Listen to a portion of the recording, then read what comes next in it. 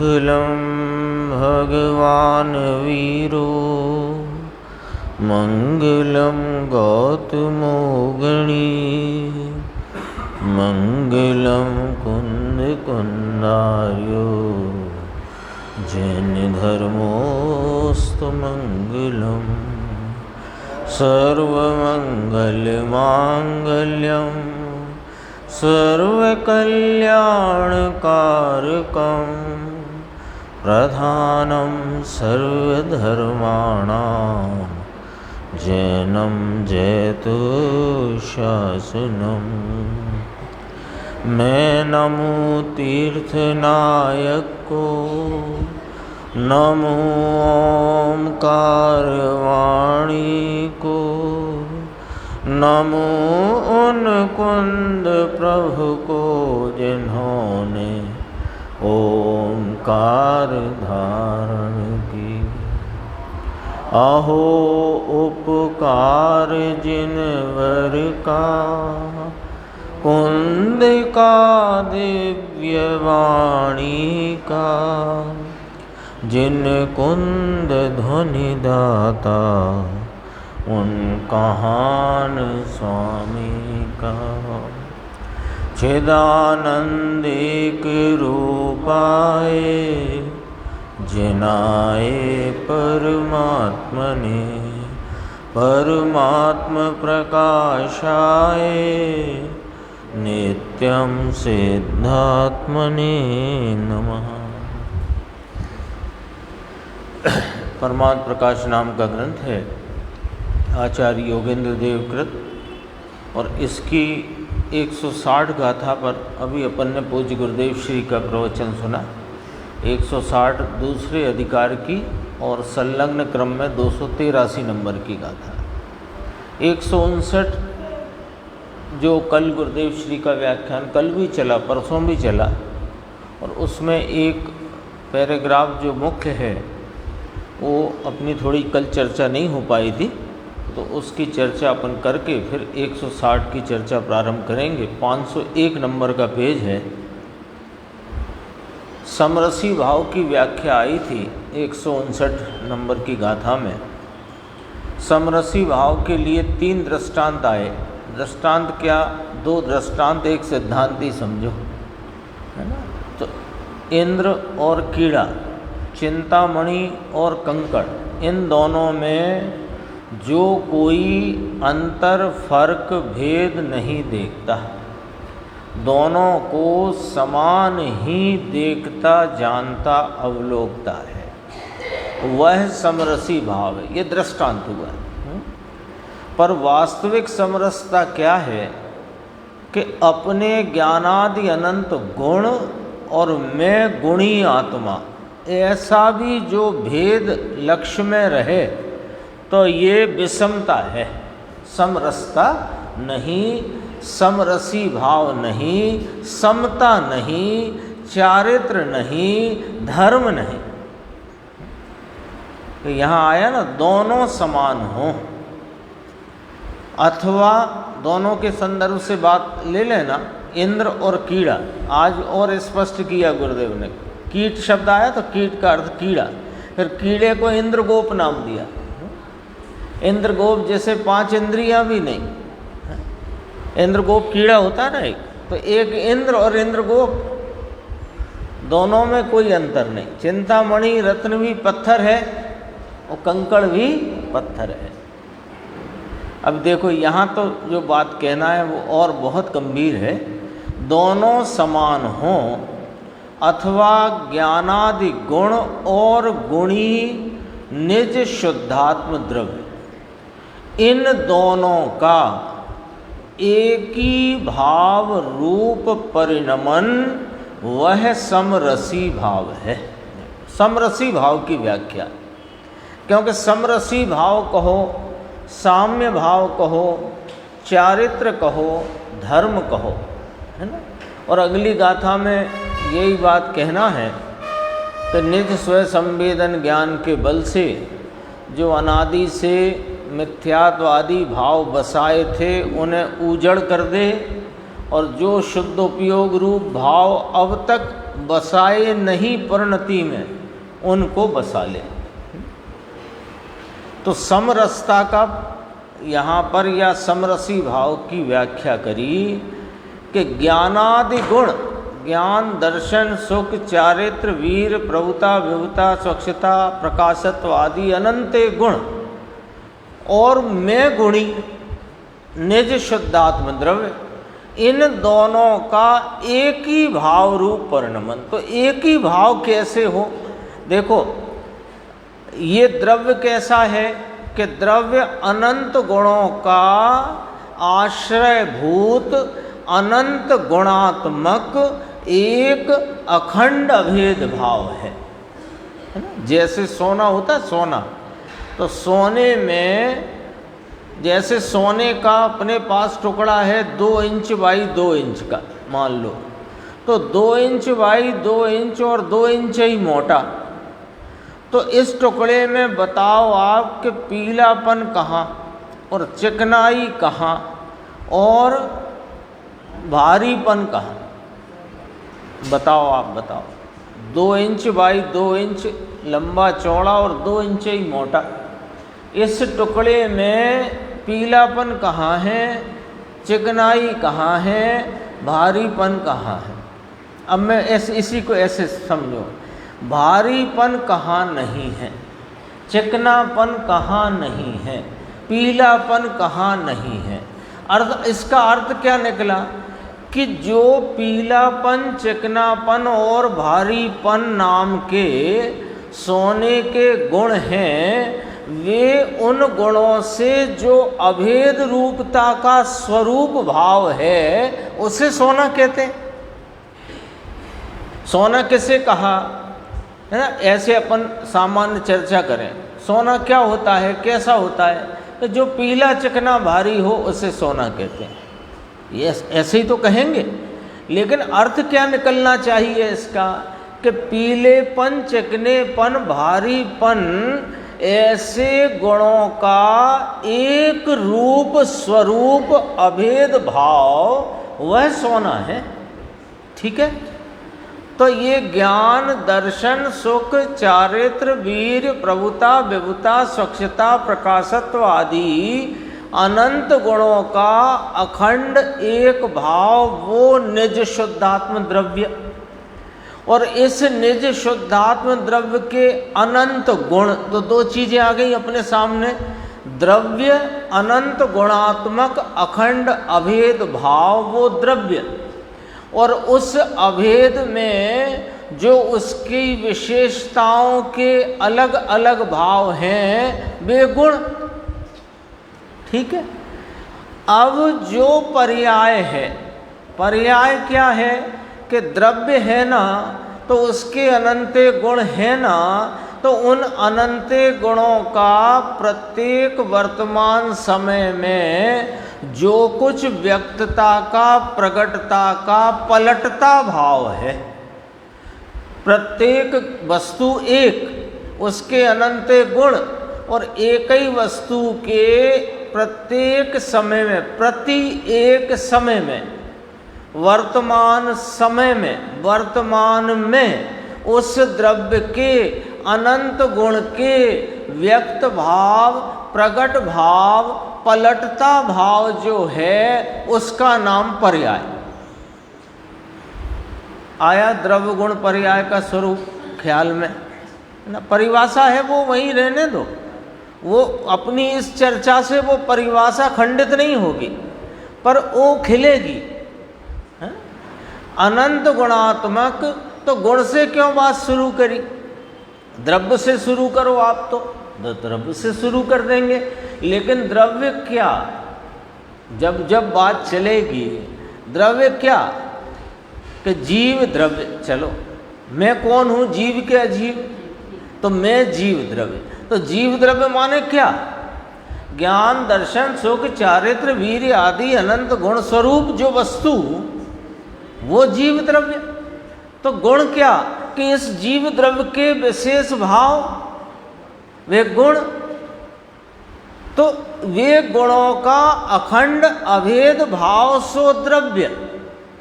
और उस द्रव्य के अनेक विशेषताओं के भाव उसके गुण, सो गुण और द्रव्य तो त्रिकाल है, सदैव रहता है। अब उसकी सदैव ही प्रति एक समय में हर वर्तमान में उन गुणों की व्यक्तता का भाव होता है। तो गुणों की व्यक्तता का प्रगटता पलटता भाव, उसका नाम पर्याय है। इतना ख्याल में आया। अब समरसी भाव कहाँ उत्पन्न होगा कि पर्याय में, क्योंकि वस्तु तो समरसता स्वरूप है और इसके गुण भी समरस रूप है। क्योंकि वस्तु पवित्र, गुण पवित्र, वस्तु त्रिकाल, गुण त्रिकाल। तो अब समरसता कहाँ नहीं है और कहाँ आएगी कि पर्याय में नहीं है, पर्याय में आएगी। ठीक है, तो पर्याय में कैसे आई और उस पर्याय को समरस क्यों कहा, कैसे कहा कि जो पर्याय इन गुण और गुणी के भेद को देखती है वह विषम परिणाम है। वो विषम है क्यों कि वो द्रव्य और गुण में दो पना या अनेक पना देखती है। जो पर्याय गुण में और द्रव्य में, गुण में और गुणी में अनेक पना देखती है। कैसे देखती है कि ये ज्ञान गुण है और मैं गुणी हूँ। ये ज्ञान, दर्शन, सुख, चारित्र, वीर्य आदि अनेक गुण हैं और मैं गुणी हूँ। ऐसे देखा तो कितने देखे मुकेश भाई? एक देखे कि दो देखे? दो देखे ना। एक गुण देखा, एक गुणी देखा। ज्ञान, दर्शन, सुख, चारित्र, वीर्य आदि अनेक गुण और मैं गुणी। और कब लगता है? जब दो हों। दो, एक में कोई और लगाता है क्या? तो दो हुए। तो जहां दो पना है वहां विषमता है। ये समझना है अपने को, पॉइंट ये समझना है। जहां दो पना खड़ा हो वो विषमता है और जहां एक पना रहे वो समता है। तो जब पर्याय ने गुण और गुणी में कोई भेद न देखते हुए, न जानते हुए, न अवलोकते हुए, न अनुभवते हुए एक रूपता से ही अपने इस द्रव्य को ऐसे देखा कि मैं पर्याय हूं, ये भी ना देखा।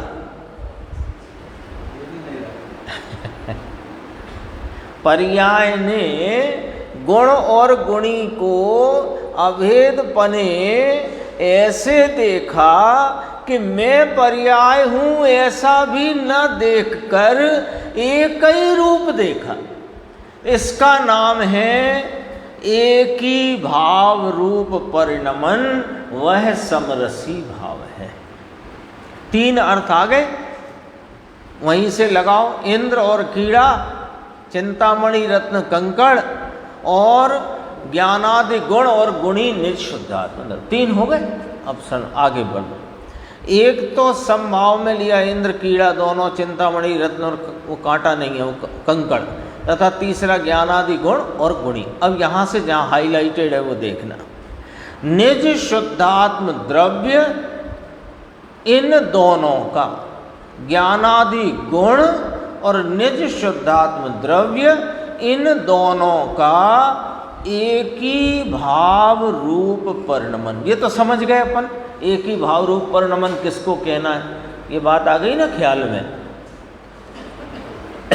ऐसा कहते हैं कि गुण गुणी का भेद भी विकल्प है। विकल्प है ना ये, क्योंकि जहां दो पना होगा वहां विकल्प होगा, दो पना होगा वहां विकल्प होगा। तो गुण गुणी का भेद भी विकल्प है, परंतु भगवान पूर्णानंद है और अनंत गुण हैं उसमें आनंद आदि। ऐसा भेद वह भी विकल्प है। क्या भेद दिखा? क्या भेद दिखा?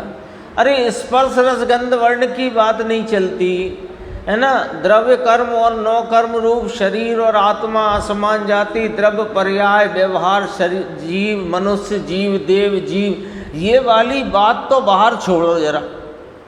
यानी अपनी जहाँ चर्चा चलती है उस चर्चा के दायरे में से बाहर रखो इनको।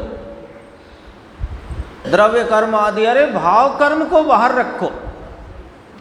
रागादि भाव कौन के वो मेरे स्वभाव का अंश नहीं, स्वभाव का भाव नहीं, दूर। द्रव्य कर्म वो तो अन्य पदार्थ, नौ कर्म अति अन्य पदार्थ, दूर रखो। अति अन्य क्यों कहा? क्षेत्र एक क्षेत्र में है, कर्म नजदीक, ये भी नजदीक, अन्य तो बहुत दूर है। बस इतना, ज़्यादा उसमें अपने को नहीं जाना। तो यहाँ तो अंदर का ऑपरेशन चल रहा है कि मैं ज्ञान, दर्शन, सुख, चारित्र आदि अनंत गुणों वाला गुणी हूं। तो ये क्या हुआ कि ये तो भेद हुआ, गुण और गुणी। तो ये क्या हुआ कि भेद हुआ। सातवीं गाथा आती है ना, सातवीं गाथा समय सार की, ज्ञान नहीं, दर्शन नहीं, चारित्र नहीं। लो, ज्ञान दर्शन चारित्र ही नहीं है, आत्मा तो क्या पुद्गल है? आत्मा तो क्या स्पर्श रस गंध वर्ण वाला है? आत्मा आपकी बातें ही समझ में नहीं आती है। कभी कहते हो जो ज्ञान दर्शन चारित्र को प्राप्त हो सो आत्मा, कभी कहते हो ज्ञान नहीं, दर्शन नहीं, चारित्र नहीं, आत्मा। क्या है ये? अरे ये कुछ भी नहीं है, वस्तु का स्वरूप ही ऐसा है और उसे समझने समझाने के अनेक प्रकार के व्यवहार खड़े होते हैं। तो गुण गुणी का भेद वह विकल्प है। विकल्प है नाम विषम भाव है। कथनी तो देखो, कथनी संतों की यह वाणी। क्या कहा ये? भगवान आत्मा अनंत अनंत गुण का धारक और उसमें अनंत गुण ज्ञान आनंद आदि हैं। ऐसे गुणी और गुण का भेद का विचार करना वह विकल्प है, राग है। इससे भी समभाव होता नहीं, क्योंकि वह भेद करे तो विकल्प उठता है। अब ये पढ़ तो लिया अपन ने, इसमें बड़ा एक रहस्य है जो अपने को ख्याल में लेना चाहिए। क्या लेना चाहिए? देखो कि जो अपनी चर्चा चलती है ना, क्या चर्चा चलती है कि यह आत्मा स्वाध्याय से तो नहीं, शास्त्र अध्ययन से तो नहीं, अरे इस चैतन्य तत्व के विचार से भी प्राप्त नहीं होता। तो अपने को लगता था विचार ही नहीं करेंगे तो कैसे प्राप्त होगा। ऐसा बार बार ये लगभग चर्चा तो रोज आती है कि विचार मंथन से भी प्राप्त नहीं होगा। अब विचार मंथन से भी प्राप्त नहीं होता और फिर विचार मंथन से प्राप्त नहीं होता और फिर आप कहते हो तो फिर विचार नहीं करेंगे तो कैसे प्राप्त होगा। ये एक प्रश्न चलता है ना। बहुत दूर की बात है, शास्त्र अध्ययन, स्वाध्याय, उपदेश सुनना सुनाना ये तो दूर रह गई, पर जो उपदेश से जाना समझा सीखा, वस्तु के स्वरूप का क्या स्वरूप है वो हमने जाना समझा। अब यदि उसका विचार भी न करें तो कैसे आत्मा प्राप्त होगा। कि भाई विचार तो आएगा लेकिन विचार से प्राप्त नहीं होगा। तो उसका कोई न्याय है आपके पास कि हाँ यहाँ लिखा है, देखो न्याय कहाँ लिखा है, सामने लिखा है, नीचे की पंक्तियाँ देखो कि जब तुम विचार करोगे तो विचार करोगे तो गुण गुणी के भेद से ही तो करोगे। कैसे करोगे बताओ? विचार करो आत्मा का, विचार करो आत्मा का, तो कैसे करोगे? मैं एक हूं यानी मैं अनंत गुणों का अभेद हूं, तो फिर गुण आ गया, आ गया कि नहीं आ गया? गुण और गुणी, मैं अनंत गुणों का अखंड एक अभेद तत्व हूं, तो गुणों का अखंड अभेद एक तत्व हूं, गुण गुणी का भेद आ गया कि नहीं आ गया? तो भेद आ गया तो क्या खड़ा हो गया? विकल्प खड़ा हो गया, और विकल्प से निर्विकल्पता हो ऐसी व्यवस्था नहीं। इसलिए विचारों से, तत्व चिंतन से, तत्व विचार से, आत्मा के विचार से आत्मा प्राप्त नहीं होता। लेकिन जैसे आत्मा प्राप्त होता है वो तत्व विचार पूर्वक निर्णय करता है, और निर्णीत वस्तु का सर्व आलम्बन छोड़कर जब अनुसरण करता है उपयोग द्वारा, तो वह आत्मा उसकी परिणति में अपने अनंत गुणों की प्रगटता निर्मलता के साथ व्यक्त वेदन में आता है। ये है ना, ये बहुत चिंता। विचार से नहीं होगा तो कैसे होगा? विचार तो विचार से होगा, चलो हमने आपकी बात थोड़ी देर के लिए मान ली कि हाँ विचार से होगा, पर हम पूछ रहे हैं कि विचार करोगे तो आप मुझे बताओ कि जब विचार करोगे तो दो करके करोगे कि नहीं करोगे? मैं पर्याय मात्र से रहित हूं, लियो दो तो आ गए यहाँ, जिससे रहित तो वो आया, मैं पर्याय मात्र से रहित, गुण भेदों से रहित, अरे लियो फिर गुण आ गया, तो इसमें क्या खड़ा हुआ? विकल्प। विकल्प माने राग, राग माने राग की के द्वारा वीतराग स्वरूप प्राप्त हो, ये अन्याय नहीं चलेगा, अनीति है ये। राग से वीतरागता की प्राप्ति हो, राग से वीतराग स्वरूप प्राप्त हो, ये अनीति है, अन्याय है। अन्याय क्यों कह रहे हो? कि न्याय बता दो इसमें कौन सा न्याय नहीं है तो अन्याय है, ये नीति नहीं है। नीति नहीं है माने वीतराग भाव की प्राप्ति, वीतराग त्रिकाली वीतराग स्वरूप की प्राप्ति प्रगट वीतरागता के द्वारा होती है, और उस वीतरागता की पूर्णता में पूर्ण वीतरागता का भाव प्रकट होता है। देखो अब अपन आते हैं, थोड़ी सी चर्चा और है। अच्छा देखो 505 पेज है, ये भी एक आया था गुरुदेव उनका श्रीमद का, शुद्ध बुद्ध चैतन्य घन स्वयं ज्योति सुखधाम बीजू कइये केटलू कर विचार तो पाओ। थोड़ी सी दो पंक्ति पढ़ना है बस। सम्यक दृष्टि गृहस्थ आश्रम में हो तो भी वह मोक्ष के मार्ग में है, और अनगार नाम मुनि होकर भी मिथ्या दृष्टि यानी राग से पुण्य से धर्मादि माने तो वह मार्ग से भ्रष्ट है। ये कहाँ आई बात? रतन करण श्रावकाचार में। रतन करण श्रावकाचार में समंत भद्र स्वामी ने ये बात कही है ना, तो वो यहाँ पर आई तो अपन ने उसको स्मरण में लेने के लिए यहाँ देखा। सो कहते हैं जिन मुनियों ने दोनों को हे समझ लिया है, हे उपादेय की कल अपन चर्चा कर चुके हैं। हे माने आश्रयभूत नहीं, उपादेय माने आलम्बन भूत आश्रयभूत, जो वस्तु भाव है वो उपादेय है। इस तरह से समझें। तो कोई कहता वो सब आगम में लिखा है छोड़ने योग को भी है, कहते हैं कि हाँ आलम्बन ही तो छोड़ा जाता है। तुमने कौन सी किसी चीज को ग्रहण किया है जो छोड़ोगे बताओ? त्यागने योग छोड़ने योग को हे कहा ना, शास्त्र में कहा है, भाषा तो ऐसी आई है। पर हम पूछते हैं तुम क्या छोड़ोगे बताओ, क्या छोड़ना तुम बताओ? तुम कहोगे कि साहब हम ये द्रव्य कर्म नौ कर्म छोड़ेंगे, तुम क्या छोड़ोगे? तुमने ग्रहण ही नहीं करे तो छोड़ोगे क्या? अच्छा तो राग आदि भाव कर्म तो छोड़े कि नहीं? वे भी स्वभाव में है ही नहीं, तुम क्या छोड़ोगे?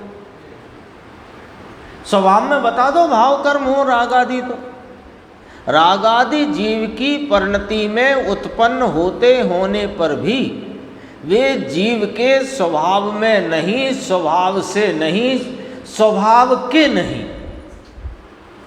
तो फिर छोड़ो राग आदि। तो क्या छोड़ो? जो तुम्हारे है ही नहीं। कल अंकुर ने बोला कि मैं आज से ताजमहल का त्याग करता हूं, चलेगा? मैंने दिल्ली का लाल किला छोड़ दिया। अरे था क्या आपका जो छोड़ा है? मैं राग आदि का त्याग करता हूं। तो राग आदि तेरे नहीं ले, तो फिर क्या चक्कर है जो छोड़ने की बात कही जनागम में? कि लक्ष्य छोड़ने की बात कही है भाई साहब, लक्ष्य छोड़ना है, लक्ष्य छोड़ने की बात कही है और लक्ष्य करने की बात कही है, तीसरी बात ही नहीं कही है। अनादि से तेरा लक्ष्य इधर है, उधर से छोड़, इधर नहीं है सो इधर कर। आ रही है गाथा 160, बहुत सुंदर गाथा है। तो जिन मुनियों ने दोनों को ही समझ लिया है, परम ध्यान में आरूढ़ है, नीचे बोल्ड अक्षर, उनकी मैं बार बार बलिहारी जाता हूँ। ऐसा योगेंद्र देव स्वयं अपने अंतरंग में अत्यंत धर्मानुराग जो है उसे प्रकट करते हैं। 160 नंबर का सूत्र है, देखो। ओ बस बसिया जो करई, बसिया करई जो सुनु, बल के जौ तसु जोई यहिं, जा सुण पाउण पुण्य। जो उजड़े परिणामों को थिर करे, बसे को नष्ट करे, पुण्य पाप जिनको नहीं होते, हम योगी को नमन करें। जो थिर करें शब्द आया है वो शायद काव्य अनुरोध के कारण यहाँ लिया गया होगा। उसे पढ़ना ऐसे है अपने को, वो काव्य भले ही न बन पाए। जो उजड़े परिणामों को बसाए और बसे को नष्ट करे, भाव ये है। ऊपर देख सकते हो, देखो। ओ बस बसिया जो करई, बसिया करई जो सुन्नु, नीचे है संस्कृत। उद्वसान वसितान यह करोति वस्तान, करोति या शून्यतान। जो नहीं बसे हैं उन्हें बसाओ और जो बसे हुए हैं उन्हें उजाड़ दो, शून्यतान, उजाड़ दो। देखो अन्वयार्थ है, जो ऊजड़ हैं अर्थात पहले कभी नहीं हुए ऐसे शुद्ध उपयोग रूप परिणामों का स्वयं संवेदन ज्ञान के बल से बसाता है। कौन? योगी। योगी नाम जिन्होंने अपने उपयोग को अपने चैतन्य स्वरूप में युक्त किया है वे योगी हैं। योग नाम जोड़ना, तो जिन्होंने उपयोग को स्वरूप में जोड़ा है वे योगी हैं। तो वो योगी बसाता है किसको? कि जो पहले कभी हुए नहीं ऐसे शुद्ध उपयोग रूप परिणामों का स्वयं संवेदन ज्ञान के बल से बसाता है, अर्थात अपने हृदय में स्थापन करता है। और जो पहले के बसे हुए मिथ्यात्वादी परिणाम हैं, मोह राग द्वेष, तीनों आ गए। जो पहले के बसे हुए मिथ्यात्वादी परिणाम हैं उनको ऊजड़ करता है, शून्यान, उनको ऊजड़ करता है, उनको निकाल देता है। उस योगी की मैं पूजा करता हूँ जिसके ना तो पाप है और ना पुण्य है। योगी की परिभाषा भी करी यानी योगी का स्वरूप भी कह दिया और उनको नमस्कार भी किया और क्यों किया सो भी कह दिया। योगी की व्याख्या क्या करी कि जिनके पाप है ना पुण्य है। पूर्व की गाथा से मिला लो, जिनको चिंतामणि रत्न और कंकड़ समान है, जिनको इंद्र और कीड़ा समान अवलोकते, देखते, जानते, मानते, श्रद्धते हैं, और जो गुण गुणी के भेद के विषम भाव को भी छोड़कर एक ही भाव रूप समरसी भाव में प्रवर्तते हैं, इनके ना पुण्य है ना पाप है, ऐसे वे योगी हैं। सो इन योगियों ने क्या किया है? योगियों ने क्या किया है कि अनादि से जो बसा हुआ था मिथ्यात्व राग देश का कचड़ा कंकट है ना, जो झाड़ियाँ कांटे वाली मिथ्यात्व राग देश आदि, उनको उजड़ कर दिया, और जो अनादि से बसा नहीं था शुद्ध उपयोग रूप परिणाम, निर्मल परिणाम, आनंद रूप परिणाम, वीतराग परिणाम, वीतरागता की सुगंधता के परिणाम उनको बसाता है। कैसे? स्वयं संवेदन ज्ञान के बल से। ये इस गाथा में कहना है ना। एक दृष्टांत से बहुत जल्दी समझ में आ जाएगा।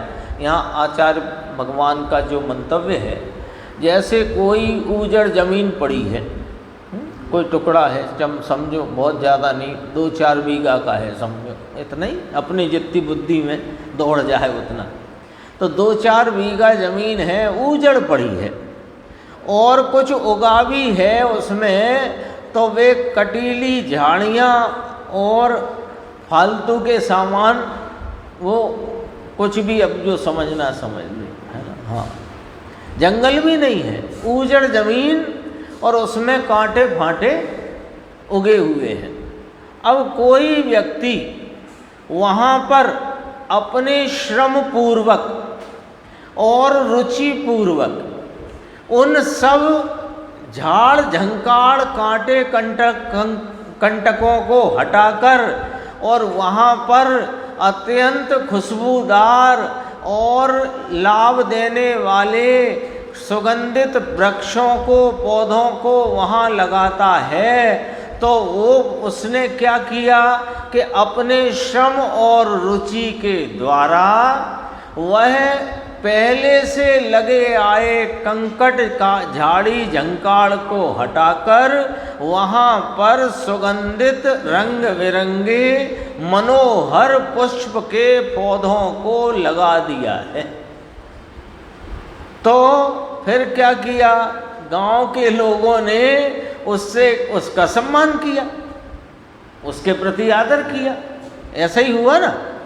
तो यहाँ योगेंद्र देव जो स्वयं अपने स्वयं संवेदन ज्ञान के बल से परिणति में धर्म रूपता के भाव को अत्यंत वीतरागता में परिणमते हैं, वे इस धर्मानुराग के वश अथवा धर्मानुराग में यह कहते हैं कि जिन्होंने मिथ्यात्वादी उजड़ता को मिटा दिया है और शुद्धात्मा के सन्मुखता वाले शुद्ध उपयोग रूप परिणाम को अपनी उपयोग रूपता में बसा लिया है, काय से कि स्वयं संवेदन ज्ञान के बल से, जिनके ना पुण्य है ना पाप है, ऐसे योगी को मैं पूजा करता हूँ, नमस्कार करता हूँ। ये इस गाथा में मंतव्य है। देखो भावार्थ, जो प्रगट रूप नहीं बसते हैं, अनादिकाल के वीतराग चिदानंद शुद्धात्मानुभूति रूप शुद्ध उपयोग परिणाम। अब इधर मिलाना, प्रगट रूप और परिणाम शब्द ये मिलेगा, दिख रहा है ना, प्रगट रूप और परिणाम। क्योंकि परिणाम अभी अपन ने काय को कहा था, अभी चर्चा शुरू की थी। परिणाम पर्याय किसे कहा था? प्रगटता, व्यक्तता, पलटता भाव। तो अनादिकाल से वीतराग चिदानंद स्वरूप तो है, और 17-18 गाथा समय सार की अनुभूति स्वरूप भगवान आत्मा आबाल गोपाल सबको अनुभव में आ ही रहा है, लेकिन प्रकट रूप नहीं है परिणाम में। वीतराग चिदानंद स्वरूप है और शुद्धात्म स्वरूप है, सो उसकी अनुभूति रूपता वाले शुद्ध उपयोग परिणाम प्रकट रूप नहीं बसते हैं अनादि से इस जीव को। तो उनको क्या करना कि उनको अब बसाओ, उनको अब निर्विकल्प स्वयं संवेदन ज्ञान के बल से बसाता है। निज स्वादन रूप स्वाभाविक ज्ञान से शुद्ध परिणामों की बस्ती निज घट रूपी नगर में भरपूर करता है। निज घट माने अनंत गुणों का अखंड घट। उस घट को नगर की उपमा दी। उसमें क्या बसाता है? निज स्वादन, अपने अनंत गुणों का जो स्वाद है, आनंद, शांति, वीतरागता, पवित्रता, उस स्वाद को जानकर ज्ञान से शुद्ध परिणामों की बस्ती निज घट रूपी नगर में भरपूर करता है। और क्या करता है कि अनादिकाल के जो शुद्ध चैतन्य रूप निश्चय प्राणों के घातक, निश्चय प्राण क्या लिखा है उसमें, शुद्ध चैतन्य रूप भाव वह जीव का प्राण है ना। प्राण की अपन ने व्याख्या करी और आज फिर याद करते हैं। प्राण किसे कहना कि जिसके होने पर वह रहे और जिसके नहीं होने पर वह ना रहे उसे प्राण कहते हैं। तो ये जीव काय से जीवे कि चैतन्य भाव से। ये जीव में जाएगा नहीं इसका चैतन्य कहीं, थोड़ा विचार करना। ये जीव वस्तु कदाचित इसमें से चैतन्य चला जाए तो ये कहाँ जीवित रहेगा? बोलो, फिर कौन इसको जीव कहेगा? कौन इसको जीव जानेगा? कौन इसको जीव मानेगा? वो छोड़ देना, अभी जो होता है ये देह छोड़ करके चला जाता, वो उस जीवन की बात नहीं चल रही है यहाँ। हाँ, उस जीवन, वो जन्म मरण वाले जीवन की बात नहीं चल रही है यहाँ। जीवत्व शक्ति का धारक यह जीव पदार्थ काय से जीता है कि अपने शुद्ध चैतन्य प्राण से जीता है। तो जो शुद्ध चैतन्य रूप इसका जो वास्तविक यथार्थ प्राण है, उसका घात अनादि से कौन कर रहा है कि मोह राग द्वेष का भाव। परिणति में उत्पन्न होता मोह राग द्वेष का भाव इसके शुद्ध चैतन्य प्राण का निरंतर घात कर रहा है। देखो,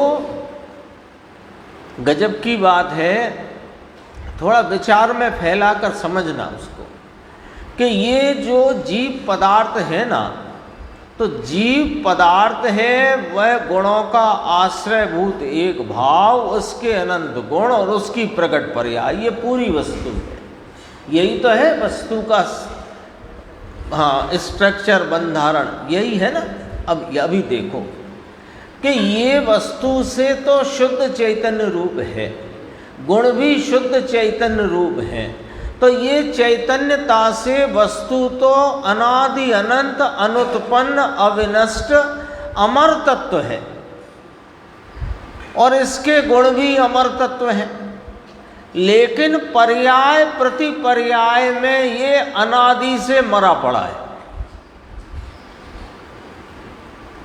पर्याय प्रति पर्याय में अनादि से अनंती पर्याय व्यतीत हो गई। उन पर्यायों में ये मरा रहा।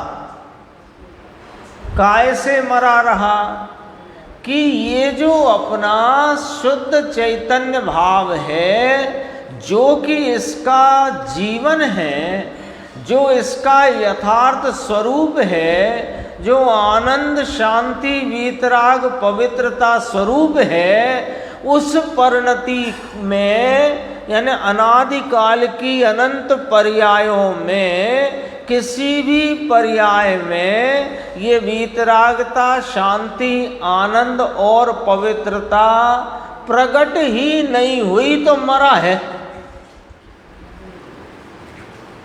तो जिए कैसे? कि जो पर्याय में अपने स्वरूप की पवित्रता, आनंद, शांति, वीतरागता पर्याय में व्यक्त प्रकट हो तो इसका जीवन हो, है? तो इसको अभी तक इसके जीवन का घात किया किसने? कि मोह राग द्वेष। वो लिखा है यहाँ पर, शुद्ध चैतन्य रूप निश्चय प्राणों के घातक ऐसे मिथ्यात्व राग आदि रूप विकल्प जाल हैं, उनको निस्वरूप से निकाल देता है, उनको उजड़ कर देता है। ऐसे परम योगी की मैं बलिहारी हूं, आचार्य परमात्मा कहते हैं, अर्थात उसके मस्तक पर मैं अपने को वारता हूं। इस प्रकार श्री योगेंद्र देव परम योगियों की प्रशंसा करते हैं, जिन योगियों के वीतराग शुद्धात्म तत्व से विपरीत जो दो भाव कहे पुण्य पाप, वे दोनों ही नहीं हैं। एक शुद्धात्म स्वरूपता के भाव से परिणित पवित्रता पवित्रता पवित्रता है। उस पवित्रता को ही वो योगी अपने उनके जीवन में पवित्रता का ही जीवन है, उनको नमस्कार किया। और यहाँ अपन गुरुदेव का व्याख्यान में से 510 नंबर पेज है, देखो।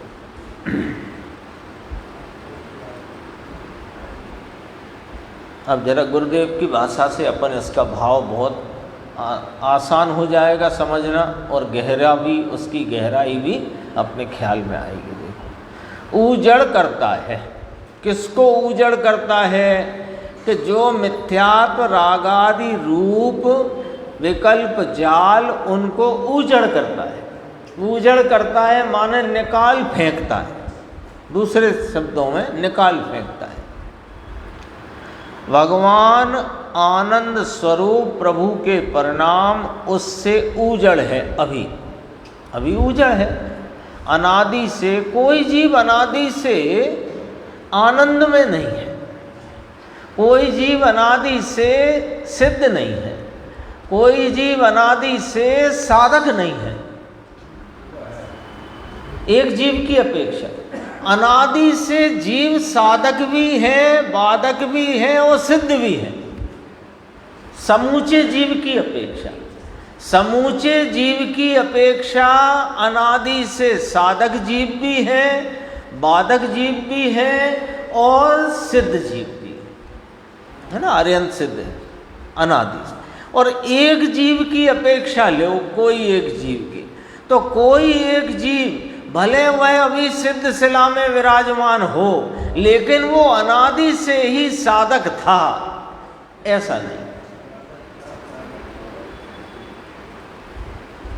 तो क्या था उसके? कि उसके मिथ्यात्व रागादि रूप विकल्प जाल की उजड़ता पड़ी थी, उजड़ता, है ना। कैसे? कि सुनो, भगवान आनंद स्वरूप प्रभु के परिणाम उससे उजड़ है। आनंद स्वरूप प्रभु का परिणाम कैसा होना चाहिए? आनंद रूप होना चाहिए। शक्कर में क्या आना चाहिए? नमक में क्या आना चाहिए? खारापन। फिटकरी में जो कसैलापन। तो जिसका जो स्वरूप है वो प्रकट हो, सो उसका, यदि वो प्रकट नहीं तो उसका नहीं। तो ये जो चैतन्य भगवान आनंद स्वरूप प्रभु है, इसका परिणाम में आनंद नहीं तो उजड़ता है, उजड़ है। ये क्यों है? अब अपनी बात है ना, क्योंकि ये जो जितना भी आचार्य योगेंद्र देव की रचना है, ब्रह्मदेव सूरी की टीका है, गुरुदेव श्री का स्पष्टीकरण है। अपन सब मिलकर के इसकी स्वाध्याय करते हैं। तो काय के लिए करते हैं कि अपने हित के लिए करते हैं, ठीक है ना।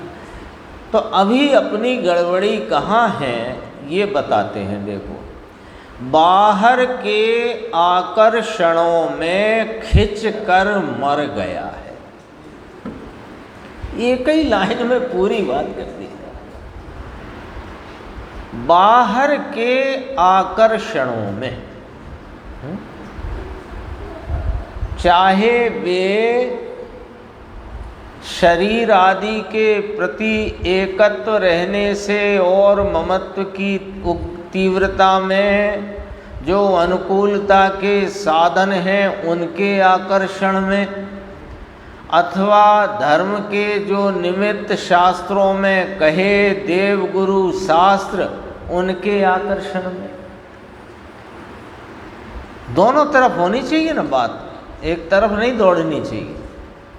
क्योंकि अशुद्धता के दो भाग हैं ना। अशुद्धता के कितने भाग हैं? दो भाग हैं, शुभ अशुभ। तो जब भी या कहो बहिर्मुखता सो अशुद्धता, अंतर्मुखता सो शुद्धता। अब बहिर्मुखता के दो भाग, प्रशस्त अप्रशस्त, शुभ अशुभ, तीव्र मंद पुण्य पाप, और अंतर्मुखता का एक भाग। तो जब बहिर्मुखता की बात करें तो दोनों ही आएंगे सामने। तो बाहर के आकर्षणों में खिंच कर मर गया है। अभी मरने की बात अपन समझ लिए, कैसे मर रहा है ये। वस्तु तो अमर है, इसके अनंत गुण अमर हैं, अनादि अनंत अनुत्पन्न अविनष्ट स्वरूप है। लेकिन जैसा भाव स्वरूप है वैसा पर्याय में नहीं तो मृत्यु है। आप 1 किलो शक्कर लाए, 70 रुपये, 60 रुपये, 50 रुपये जो भाव हो। अब आप शक्कर लाए और दूध में डाली और दूध हुआ नहीं मीठा, तो आप दुकानदार से जाके क्या कहोगे? ये काई की शक्कर है, ये कैसी शक्कर है? हमने आपसे शक्कर मांगी थी और शक्कर के नाम पर आपने हमें ये क्या दे दिया? तो ये चैतन्य परमात्मा आनंद स्वरूप, शांति स्वरूप, वीतराग स्वरूप है। तो इसमें से तो वीतरागता, शांति और आनंद चाहिए, और वो नहीं आया तो उस पर्याय की तो मौत है। वो काय का जीव। तो इसने कैसे मरा? ये स्वयं जीव होने पर भी, स्वयं जीवत्व स्वरूप शक्ति का पुंज होने पर भी कैसे मर गया? कि बाहर के आकर्षणों में खिंचकर मर गया है। क्यों खिंच रहा है ये बाहर की ओर? ये बाहर के आकर्षणों में क्यों पड़ा हुआ है? अब इस प्रश्न का भी तो उत्तर चाहिए। क्यों पड़ा हुआ है? अरे इसको शरीर से बहुत मोह है। अच्छा, जिनने शरीर के प्रति थोड़ा मोह घटा दिया हो कदाचित कषायों के भाव से, तो वे अन्य के आकर्षण में चले गए, देवगुरु शास्त्र के। तो रहे तो बाहर के आकर्षण में, तो बाहर के आकर्षण में तो मौत है, लिखा है इसमें। तो इसने क्यों किया बाहर का आकर्षण? क्योंकि अंदर भगवान आत्मा का आकर्षण इसने किया नहीं। अपनी चीज, अपना वैभव, अपनी संपदा, अपना स्वरूप, अनंत गुण का भंडार और एक एक गुण अपरिमित, अमर्यादित, बेहद सामर्थ्य स्वरूप इस चैतन्य वस्तु का इसने कभी आकर्षण किया नहीं, इसलिए बाहर के आकर्षण में मर गया। थोड़ी बात यहाँ जो आई है उस बात की में एक गंभीरता पकड़ना है, अपने को एक पॉइंट पकड़ना है। हमें क्या लगता है कि बाहर का आकर्षण छोड़ेंगे तो आत्मा का आकर्षण होगा। तो कहा ऐसे नहीं है भाई, ऐसे नहीं है। इस स्वरूप के आकर्षण में, महिमा में, इसकी रुचि में, उस रुचि की प्रगाढ़ता में आओगे तो वो छूट जाएगा। हमारा जो प्रयत्न है वो हमें विचार करना पड़ेगा, उल्टा तो नहीं चल रहा, बाहर का छूटते ही नहीं। हम इसी चिंता में घुले जा रहे हैं कि भाई 4 घंटे ऐसे रोटी नहीं मिलती तो हम तो लस्त पस्त हो जाते हैं, तो हमें तो अभी इसका ही नहीं छूट रहा। अरे ये नहीं छूटेगा जब तक इसका नहीं आएगा। इसे छोड़ दूं, 4 घंटे की जगह 40 घंटे बाद रोटी खाऊंगा तो मुझे आत्मा का आकर्षण हो जाएगा। तो कहा तू भुलावे में है भाई। वो श्रावण महीने में शक्कर के खिलौने बनते ना, तो बच्चे के हाथ में आ गया कोई खिलौना तो वो चूस रहा है। अब उससे कहा कि अरे अरे ये गंदा है, जमीन पे पड़ा था, ऐसा था, गंदा है, छोड़ो छोड़ो, ऐसे छोड़ो छोड़ो। वो नहीं छोड़ेगा। वो कैसे छोड़ेगा कि उसको जो पसंद है, ऐसी कोई चॉकलेट हो या पेड़ा हो, लड्डू हो, वो जब आप उसको दिखाओगे और उसके आकर्षण में वो आएगा तो छोड़ देगा। है कि नहीं ऐसा? आप छुड़ा के बता दो एक, वो नहीं छोड़ेगा। वो कब छोड़ेगा? अरे अंदर भगवान आत्मा का आकर्षण इसने किया नहीं। देखो गुरुदेव श्री क्या कहते हैं, एकदम यहां तो सार बात है ना, सारभूत बात है, इतनी बात है। लो तो महाराज इतने में मेरा कार्य संपन्न हो जाएगा। कह रहे तू सिद्ध हो जाएगा इतने में। एक इस चैतन्य परमात्मा का आकर्षण, आकर्षण शब्द है इसलिए आकर्षण बोलते हैं, है ना। महिमा में आओ, इसके महात्म को जानो, इसकी महिमा में आओ। महिमा में आने से इसकी रुचि की प्रगाढ़ता होगी और रुचि की प्रगाढ़ता में तेरा वीर्य स्वतः रुचि अनुयायी कार्य करेगा। चिंता क्यों करता है? बाहर की चिंता छोड़ दे, है ना।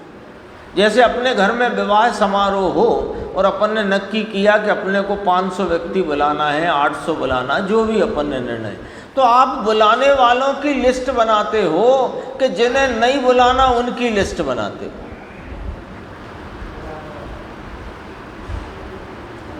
भाई साहब बताओ, आप बताओ भाई साहब, जिन्हें नहीं बुलाना उनकी लिस्ट बना लो भैया, और फिर उनसे कह आएंगे कल जाके कि हमारे यहाँ विवाह है और आपको नहीं आना है।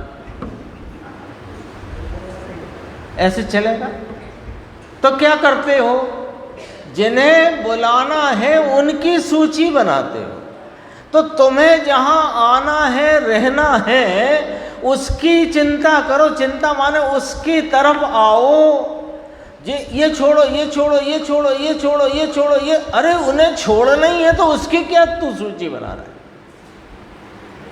राग आदि को छोड़ो, ये वाला राग छोड़ो, ये वाला राग छोड़ो, ये वाला राग छोड़ो, ये वाला राग छोड़ो। इस वीतराग की शरण में आ जाओ, सब छूट जाएंगे।